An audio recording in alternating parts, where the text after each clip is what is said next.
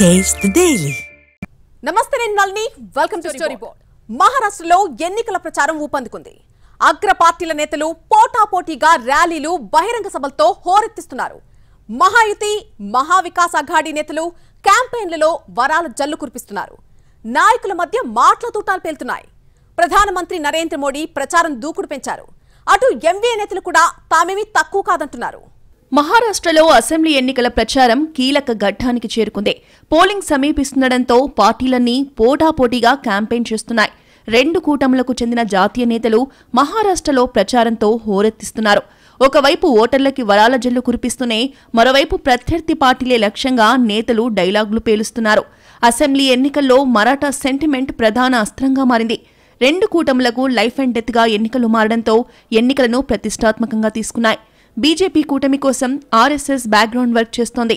ఇటు మహావికాస్ అఘాడీ మరాఠా సెంటిమెంట్తో పాటు కంపెనీలన్నీ గుజరాత్కు తరలిపోవడాన్ని ఎన్నికల అస్త్రంగా మలుచుకుంది.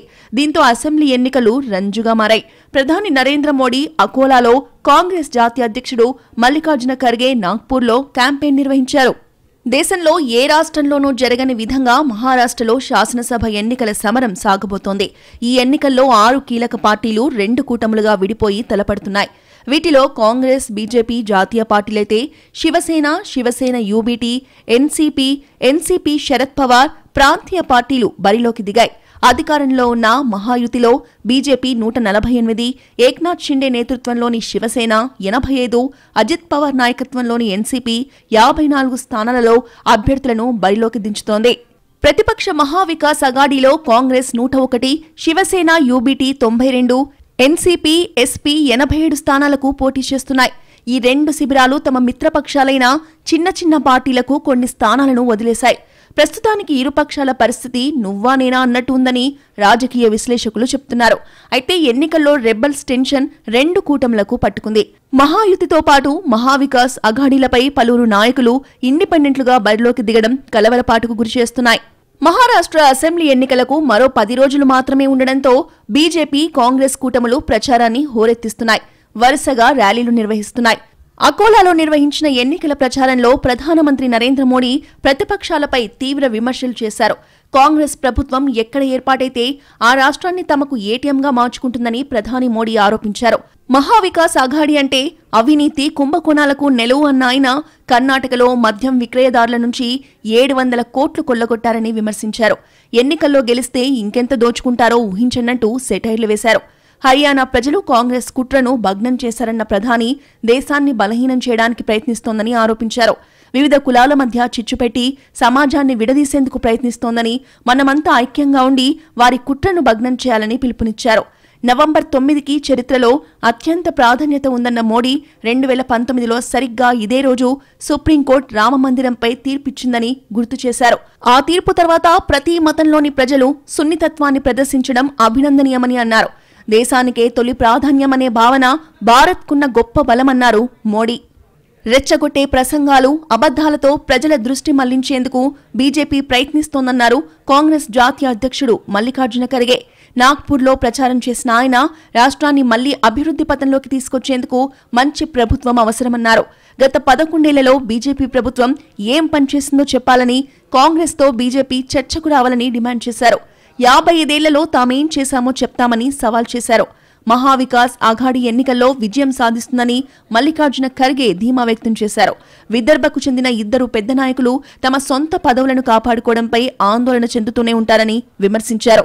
ప్రజల ప్రయోజనాలతో సంబంధం లేకుండా గుజరాత్కు వెళ్లిపోతున్న పెద్ద పెట్టుబడులను ఆపలేకపోయారని విమర్శించారు. बहुत से मुद्दे हमारे सामने हैं, खास करके अनएम्प्लॉयमेंट के, किसानों के, युवाओं के और किसान के बोला में बेरोजगारी और नशे की समस्या भी बढ़ गई है. లోక్సభ ఎన్నికల్లో మహావికాస్ అఘాడీ కూటమి అత్యధిక స్థానాలొచ్చినప్పటికీ రెండు కూటములకొచ్చిన ఓట్ల శాతంలో తేడా మాత్రం స్వల్పమే. మజ్లిస్, ప్రహార్ జనశక్తి పార్టీ, వంచిత్ బహుజన్ అఘాడీ, మహారాష్ట్ర నవనిర్మాణ సేన వంటి పార్టీలు ఎన్నికల ఫలితాలను ప్రభావితం చేసే అవకాశాలు లేకపోలేదు. రాజ్ ఠాక్రే నాయకత్వంలోని ఎంఎన్ఎస్, మహింలో సేన, యూబీటీ ఓట్లకు నాసిక్లో మహాయుతికి నష్టం చేకూర్చవచ్చునని విశ్లేషకులు అంచనా వేస్తున్నారు. హిందూత్వ సంస్థల వేదికగా ఉన్న హిందూ సకాల్ సమాజ్ పలు ప్రాంతాలలో ర్యాలీలు నిర్వహిస్తోంది. ఏ ఒక్క పార్టీకి రాష్ట్ర వ్యాప్తంగా ప్రజల్లో బలం లేదు. ఒక్కో పార్టీకి ఒక్కో ప్రాంతంలో బలం ఉంది. ఈ ఎన్నికల్లో మరాఠాలు, ఓబీసీల మధ్య వివాదం, ఉల్లి రైతుల డిమాండ్లు, చెరకు పండించే ప్రాంతాల్లో ఆందోళనలు ఓటర్లపై ప్రభావం చూపే అవకాశం ఉంది. మహారాష్ట్రలోని 288 అసెంబ్లీ సీట్లలో 83 స్థానాల్లో 2 శివసేనలు, 2 ఎన్సీపీల మధ్య ప్రత్యక్ష పోరు సాగనున్నట్లు సర్వేలు అంచనా వేస్తున్నాయి. వీటిలో శివసేన యూపీటీ మధ్య 47 స్థానాల్లో ప్రత్యక్ష పోరు జరుగుతోంది. 36 స్థానాల్లో ఎన్సీపీ శరద్ పవార్ వర్గాలు నువ్వా నేనా అన్నట్లు తలపడుతున్నాయి. Shivsena UBT, NCP SP, Congress పార్టీలు 21 నియోజకవర్గాల్లో ఇతర చిన్న పార్టీల నుంచి స్నేహపూర్వక పోటీ ఎదుర్కొంటున్నాయి. ఎంవీఏ కూటమి అభ్యర్థులు పోటీ చేస్తున్న చోట్ల peasants and workers party of India, Samajwadi party, left పార్టీల అభ్యర్థులు బరిలోకి దిగారు. 288 మంది సభ్యులున్న రాష్ట్ర శాసనసభకు నవంబర్ 20న ఎన్నికలు జరగనున్నాయి. 23న ఫలితాలు వెల్లడి కానున్నాయి. మహారాష్ట్రలో రాజకీయం ఎలాంటి టర్న్ తీసుకోబోతోంది? ఏ పార్టీ బలమేంటి, బలహీనతేంటి? మహారాష్ట్ర ఓటర్ మనసులో మాట ఏంటి? మహారాష్ట్ర ఎన్నికల ఫలితాల కోసం దేశమంతా ఎదురుచూస్తోంది. ఒకవైపు ఎన్డీఏ కూటమిని భారీగా దెబ్బతీసిన లోక్సభ ఎన్నికల ఫలితాలు, మరోవైపు హర్యానాలో బీజేపీ హ్యాట్రిక్ అధికారం. తాజాగా మహారాష్ట్రలో ఏం జరగబోతోంది? ఎన్డీఏ సర్కార్ సత్తా చాటుతుందా? మహావికాస్ అఘాడీ ప్రభుత్వాన్ని ఏర్పాటు చేస్తుందా అన్నది ఆసక్తికరంగా మారింది. మహారాజకీయం మహాసంగ్రామాన్ని తలపిస్తోంది. వెంటాడుతున్న లోక్సభ ఫలితాలు ఒకవైపు, మరాఠాల్లో వ్యతిరేకత మరోవైపు, మహారాష్ట్ర ఎన్నికల్లో బీజేపీకి కత్తి మీద సాములాంటి పరిస్థితులు ఉన్నాయి. మరిప్పుడు కమలం పార్టీ ఎలాంటి స్ట్రాటజీలు సిద్ధం చేయబోతోంది? బీజేపీ ముందున్న ఆప్షన్స్ ఏంటి అన్నదే ఆసక్తికరంగా మారింది. అసెంబ్లీ ఎన్నికల సంగ్రామంలో సామాజిక సమీకరణాలు కీలకంగా మారుతున్నాయి. బీజేపీ నేతృత్వంలోని మహాయుతి, కాంగ్రెస్ నాయకత్వంలోని మహావికాస్ అఘాడీ కూటముల రాజకీయాలు కులాల చుట్టే తిరుగుతూ ఉన్నాయి. ప్రత్యర్థి పార్టీకి వెన్నుదన్నుగా నిలుస్తున్న సామాజిక వర్గానికి వ్యతిరేకంగా ఉండే ఇతర కులాల ఓట్ల సమీకరణపై బీజేపీ, కాంగ్రెస్ కూటములు ఫోకస్ చేశాయి. రాష్ట్రంలో రాజకీయాలను శాసించే స్థాయిలో ఉన్న ఓబీసీ, మరాఠా, బ్రాహ్మణ సామాజిక వర్గాల కటాక్షం కోసం పార్టీలు ప్రయత్నిస్తున్నాయి. హర్యానాలో జాట్ సామాజిక వర్గం బీజేపీకి వ్యతిరేకంగా ఉండడంతో ఎన్నికల్లో కమలం పార్టీకి ఓటమి తప్పదని అందరూ భావించారు. జాట్లకు వ్యతిరేకంగా ఓబీసీ సామాజిక వర్గాన్ని ఏకం చేసిన బీజేపీ అనూహ్య విజయం సాధించింది. మహారాష్ట్ర ఎన్నికల్లోనూ ఇదే ఫార్ములాను బీజేపీ ప్రయోగిస్తోంది. 30% పైగా ఉన్న మరాఠా రిజర్వేషన్ల కోసం డిమాండ్ చేస్తూ ఉద్యమాన్ని తెరపైకి తీసుకురావడంతో రాష్ట్ర రాజకీయాల్లో పలు మార్పులు సంభవించాయి. 2019 అసెంబ్లీ ఎన్నికల్లో రిజర్వేషన్లపై హామీ ఇచ్చిన బీజేపీ మాట తప్పడంతో ఆగ్రహించారు. దీంతో 2024 లోక్సభ ఎన్నికల్లో కాంగ్రెస్ కూటమిని ఆదరించారు. మరాఠాలకు ప్రత్యామ్నాయంగా రాష్ట్రంలో 50% పైగా ఉన్న ఓబీసీ సామాజిక వర్గం ఓట్లను గంపగుత్తగా దక్కించుకునేందుకు బీజేపీ తెరవెనక వ్యూహాలు చేస్తోంది. 7 కొత్త కులాలను ఓబీసీ జాబితాలో చేర్చడమే కాకుండా క్రీమీ లేయర్ సీలింగ్ను 8 లక్షల నుంచి 12 లక్షలకు పెంచింది. దీంతో లోధా, బడా గుజ్జర్, సూర్యవంశీ గుజ్జర్, ధన్గరి, రేవ్ గుజ్జర్, మున్నూర్ కాపు, తెలంగి కులాలకి లబ్ధి చేకూరింది. మహారాష్ట్ర ఎన్నికల్లో బ్రాహ్మణులు ఈసారి ఏకతాటిపైకొచ్చారు. వీరి జనాభా రాష్ట్రంలో 10% దాకా ఉంది. ఇందులో 60% మహారాష్ట్రియన్ బ్రాహ్మణులుంటే 20% మంది చిట్వా పవన్ బ్రాహ్మణులు ఉన్నారు. హిందుత్వ ఓటు బ్యాంకుపై ఆశలు పెట్టుకున్న బీజేపీ బ్రాహ్మణులు, రాజ్పుత్లు, లింగాయత్లు, అఘారీలను ఏకం చేస్తోంది. దళితులు, ముస్లింలు, గిరిజనులపై కాంగ్రెస్ ఆధారపడుతోంది. దీంతో పాటు బీజేపీపై ఆగ్రహంగా ఉన్న ఓబీసీలోని కొన్ని వర్గాలను, మరాఠాలను తమకు అనుకూలంగా మలుచుకోవాలని ఎంవీఏ పావులు కదుపుతోంది. ప్రస్తుత పరిస్థితుల్లో మరాఠా, ఓబీసీ ఓట్లు ఒకే కూటమికే పడే అవకాశాలు చాలా తక్కువ. మరాఠా ఉద్యమంతో ఇతర కులాలు వారిపై గుర్రుగా ఉన్నాయి. మరోవైపు ఎస్టీలో చేర్చాలని ధన్గర్ సామాజిక వర్గం డిమాండ్ చేస్తుండగా ఆదివాసీలు వ్యతిరేకిస్తున్నారు. దీంతో ఒకరి మద్దతు తీసుకుంటే మరో వర్గం దూరమవుతుందనే ఆందోళన అన్ని పార్టీల్లోనూ నెలకొంది. మహారాష్ట్ర అసెంబ్లీ ఎన్నికల్లో మరాఠాలు ఎటువైపు ఉంటారనేది కీలకంగా మారింది. రాష్ట్రంలో 33% ఉన్న మరాఠా జనాభా మద్దతు మహాయుతి, మహావికాస్ అఘాడీ కూటములకు కీలకంగా మారింది. 288 అసెంబ్లీ నియోజకవర్గాలు కలిగిన మహారాష్ట్రలో దాదాపు 160 నియోజకవర్గాల్లో మరాఠాలు గెలుపోటములను ప్రభావితం చేసే స్థాయిలో ఉన్నారు. రిజర్వేషన్ల కోసం 6 సార్లు దీక్షలు చేసిన మరాఠాలకి మనోజ్ జరాంజే పాటిల్ సరికొత్త నాయకుడిగా ఎదిగారు. దీంతో జరాంజే మద్దతు కోసం అభ్యర్థులు ప్రయత్నాలను ముమ్మరం చేశారు. బీజేపీ, కాంగ్రెస్ కు చెందిన పలువురు కీలక నేతలు ఇప్పటికే మనోజ్ జరాంజేను కలిసి మద్దతు కోరారు. ఓబీసీ కేటగిరీ కింద రిజర్వేషన్లు కల్పించాలని డిమాండ్ చేస్తున్న మరాఠా వర్గానికి సంఘీభావంగా బీడ్కు చెందిన బీజేపీ ఎమ్మెల్యే లక్ష్మణ్ పవార్ రాజీనామా చేశారు. రాష్ట్రంలో మరాఠా రిజర్వేషన్ అంశంపై రాజీనామా చేసిన తొలి ఎమ్మెల్యే ఆయనే. Majalgaon NCP MLA Prakash Solanke car, బంగ్లాను ధ్వంసం చేశారు మరాఠా కార్యకర్తలు. మహారాష్ట్ర ఎన్నికలకు మరో 10 రోజులు మాత్రమే సమయం ఉంది. నవంబర్ 20న ఎన్నికలు నిర్వహిస్తే 23న ఫలితాలు వెలువడనున్నాయి. ఈ ఎన్నికల్లో బీజేపీ నేతృత్వంలోని మహాయుతి, కాంగ్రెస్ నేతృత్వంలోని మహావికాస్ అఘాడీ మధ్య నువ్వా నేనా అన్నట్లుగా పోరు సాగనున్నట్లు విశ్లేషకులు అంచనా వేస్తున్నారు. మరోసారి అధికారంలోకి రావాలని బీజేపీ కూటమి భావిస్తోంది. ఇటీవల జరిగిన హర్యానా అసెంబ్లీ ఎన్నికల్లో గెలుపు మహారాష్ట్ర బీజేపీలో ఆత్మవిశ్వాసాన్ని మరింత పెంచింది. హర్యానా ఎన్నికల్లో ఆర్ఎస్ఎస్ గ్రౌండ్ వర్క్ బీజేపీకి గ్రౌండ్ వర్క్ చేసింది. క్షేత్రస్థాయిలో ఆర్ఎస్ఎస్ సమావేశాలు, ప్రతి ఇంటికి వెళ్లి ఓటర్లను కలిసిన విధానం అక్కడ ఫలితాలనే మార్చేశాయి. కాంగ్రెస్ తప్పకుండా గెలుస్తుందని అన్ని ఎగ్జిట్ పోల్స్ డంకా బజాయించి చెప్పినప్పటికీ బీజేపీ మాత్రం ఘన విజయం సాధించింది. ఆ రాష్ట్రంలో మొత్తం 90 సీట్లలో 48 స్థానాలను బీజేపీ గెలవగా కాంగ్రెస్ 37 స్థానాలు గెలిచి మరోసారి ప్రతిపక్షానికే పరిమితమైంది. తాజాగా మహారాష్ట్ర ఎన్నికల్లో బీజేపీకి అండగా రాష్ట్రీయ స్వయం సేవక్ సంఘ్ రంగంలోకి దిగింది. మహారాష్ట్ర ఆర్ఎస్ఎస్ కి కంచుకోట లాంటిది. దాని ప్రధాన కార్యాలయం నాగ్పూర్లోనే ఉంది. ఈ నేపథ్యంలో మహా ఎన్నికల్లో బీజేపీ కూటమి గెలుపొందేందుకు, కూటమికి అనుకూలంగా ప్రజాభిప్రాయాన్ని రూపొందించేందుకు ఆర్ఎస్ఎస్ విస్తృతమైన ప్రచార కార్యక్రమాలు నిర్వహిస్తోంది. బీజేపీ సైద్ధాంతిక గురువైన ఆర్ఎస్ఎస్, దాని అనుబంధ సంస్థల కార్యకర్తలు ఇప్పటికే సమన్వయంతో క్షేత్రస్థాయిలో క్యాంపెయిన్ చేస్తున్నారు. ప్రతి బృందం 5 నుంచి 10 మంది వ్యక్తులతో చిన్న సమూహ సమావేశాలు నిర్వహిస్తోంది. ప్రతి ఏరియాలో వారి నెట్వర్క్ స్థానిక కుటుంబాలను కలుసుకుంటోంది. జాతీయ ఆసక్తి, హిందుత్వం, సుపరిపాలన, అభివృద్ధి, ప్రజా సంక్షేమం, సమాజానికి సంబంధించిన వివిధ స్థానిక సమస్యలపై సన్నిహిత చర్చల ద్వారా ప్రజల అభిప్రాయాన్ని రూపొందించే పనిలో ఆర్ఎస్ఎస్ ఉంది. ఆర్ఎస్ఎస్ మరియు దాని అనుబంధ సంస్థల ఆఫీస్ బేరర్లు రాష్ట్రంలోని అన్ని స్థాయిలలో వ్యూహాన్ని రూపొందించడానికి సమన్వయ సమావేశాలను నిర్వహిస్తోంది. హర్యానాలో ఆర్ఎస్ఎస్ చేసిన మ్యాజిక్ నే మహారాష్ట్రలో చేయాలని భావిస్తోంది. హర్యానాలో సంఘ్ కార్యకర్తలు రాష్ట్ర వ్యాప్తంగా 1.25 లక్షల చిన్న గ్రూప్ సమావేశాలు నిర్వహించారు. కాంగ్రెస్ నేత భూపేందర్ సింగ్ కూడా జాట్ కేంద్రీకృత విధానాలను మిగిలిన వర్గాల ప్రజల్లోకి బలంగా తీసుకెళ్లారు. దీంతో ప్రజల అభిప్రాయాలను బీజేపీకి అనుకూలంగా మార్చారు. గతేడాది బీజేపీ, ఆర్ఎస్ఎస్ మధ్య బంధం చెడిందనే ప్రచారం జరిగింది. ఆ ఎన్నికల్లో ఆర్ఎస్ఎస్ క్రియాశీలకంగా లేకపోవడంతోనే బీజేపీ సొంతంగా మెజారిటీ మార్క్ను సాధించలేక 240 ఎంపీ సీట్లకే పరిమితమైందనే వాదన ఉంది. ఆర్ఎస్ఎస్ కంచుకోటగా ఉన్న మహారాష్ట్రలో గతేడాది లోక్సభ ఎన్నికల్లో బీజేపీ కూటమికి అనూహ్యమైన దెబ్బ తగిలింది. మొత్తం 48 లోక్సభ స్థానాల్లో బీజేపీ కేవలం 9 స్థానాలకు మాత్రమే పరిమితమైంది. దాని మిత్రపక్షాలు షిండే శివసేన 7, అజిత్ పవార్ ఎన్సీపీ 1 స్థానంలో విజయం సాధించాయి.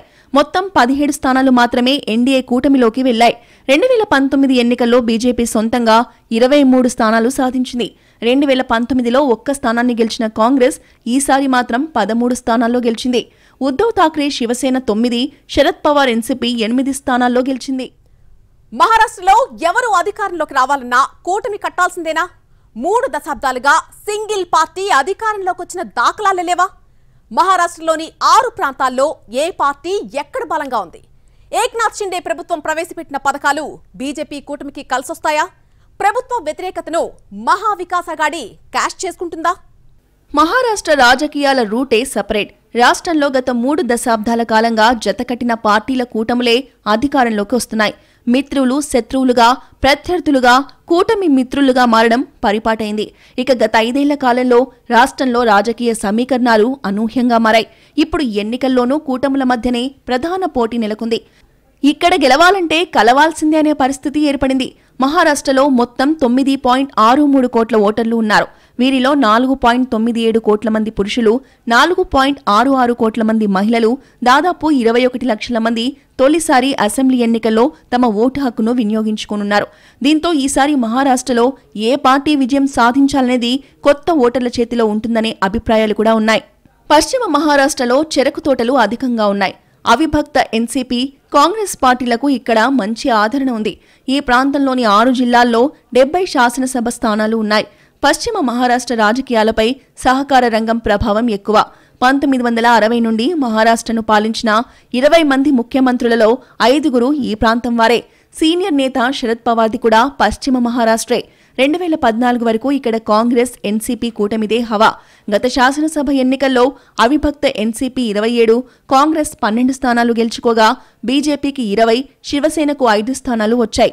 ఇటీవల లోక్సభ ఎన్నికల్లో ఈ ప్రాంతంలోని మొత్తం 10 స్థానాలలో ఎంవీఏకు 8 సీట్లు లభించాయి. ఉత్తర మహారాష్ట్రలో 4 జిల్లాల్లో కలిపి 35 శాసనసభ స్థానాలున్నాయి. ఇక్కడ గిరిజనులు, ఓబీసీలు అధికంగా ఉంటారు. ఓబీసీల ఓట్లు సంఘటితం కావడంతో గతంలో బీజేపీ లబ్ధి పొందగలిగింది. ఉల్లి పండించే రైతులలో పెళ్లుబుక్తున్న ఆగ్రహం మహాయుతిని దెబ్బతీసే అవకాశాలు కనిపిస్తున్నాయి. తానే, కొంకన్ ప్రాంతాల్లో 39 శాసనసభ స్థానాలున్నాయి. అవిభక్త శివసేన ప్రభావం ఎక్కువగా ఉంటుంది. తానే ప్రాంతంలో ముఖ్యమంత్రి ఏక్నాథ్ షిండేకు గట్టి పట్టుంది. ఈ ప్రాంతంలో కూడా మహాయుతి ప్రభుత్వం భారీ మౌలిక సదుపాయాల ప్రాజెక్టులపై ఆశలు పెట్టుకుంది. ఆయా ప్రాజెక్టులపై స్థానికులలో నెలకొన్న అసమ్మతిని సొమ్ము చేసుకోవడానికి ఎంవీఏ ప్రయత్నిస్తోంది. గతంలో శివసేనకు కంచుకోటలుగా ఉన్న కొంకన్, రత్నగిరి, సింధుదుర్గ్లో కాలునాలని బీజేపీ ప్రయత్నిస్తోంది. కొన్ని దశాబ్దాలుగా ముంబై, దాని పరిసర జిల్లాల్లో అవిభక్త శివసేనకు మంచి పట్టుంది.